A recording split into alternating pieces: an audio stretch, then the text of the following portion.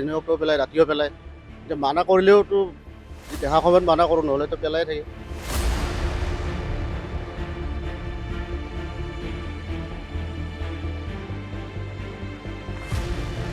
মহানগৰীৰ ৩৭ নং ৰাষ্ট্ৰীয় ঘাইপথৰ সমীপত থকা যি বশিষ্ঠ বাহিনী নৈৰ সমীপত আৰু এই বশিষ্ঠ বাহিনী নৈৰ যি কদৰ্যময় পৰিৱেশ, এই পৰিৱেশ দেখিলে আপোনাৰ চকু কপালত উঠিব।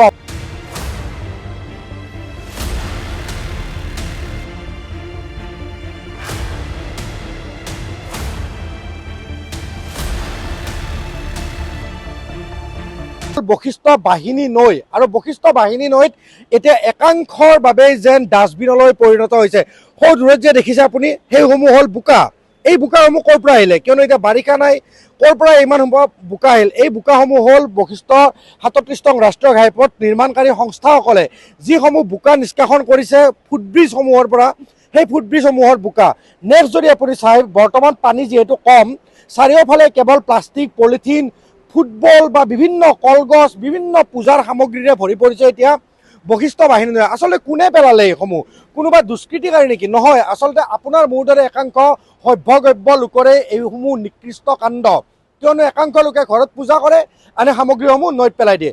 একাংশ লোকৰ ঘৰৰ যি ডাষ্টবিনৰ সামগ্ৰীসমূহ তেখেতসকলে ১ টকা বা ২ টকাৰ বাবে ডাষ্টবিনত নেপেলায়, পেলায় ক'ত? নদীখনত। নদীৰ বুকু এতিয়া তেখেতসকলে যেন সমভূমি কৰি পেলাইছে, যাৰ ফলত দুদিন পিছত বাৰিষা হ'ব। বৰ্তমান ফেব্ৰুৱাৰী মাহ, মাৰ্চৰ শেষত বা এপ্ৰিলৰ আৰম্ভণিতে যেতিয়া বৰষুণ পৰিব, তেতিয়া কিন্তু চাৰিওফালে পানী হ'ব, প্লাবিত হৈ পৰিব ৰাজধানী চহৰ গুৱাহাটী মহানগৰী।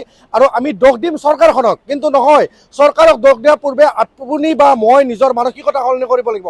কিয়নো নদীখন আমি পুতিব লোৱাত সম্পূৰ্ণ অৰিহণা আপুনি বা মই জগাইছোঁ।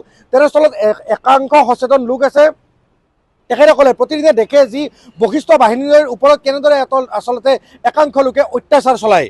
নিশ্চিতভাৱে আপোনালোকে দেখে যে একাংশ লোকে বশিষ্ঠ নদীখনৰ ওপৰত কিন্তু অত্যাচাৰ চলাই আহিছে বুলি ক'লেও ভুল নহয়। হয়, দেখো আমি পেলাই থৈ যায় সদায় এনেকৈ দিনতো পেলায় ৰাতিও পেলায় এতিয়া মানা কৰিলেওতো দেখা সময়ত মানা কৰোঁ নহ'লেতো পেলাই থাকে।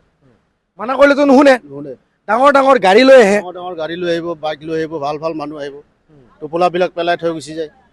নিজকে তেখেতসকলে ষ্টেণ্ডাৰ্ড হিচাপে গঢ়ি তোলে, গাড়ীৰ পৰা জাবৰ পেলাই ডাষ্টবিনত সলনি এনেদৰে নৈত। কথাটো সঁচানে?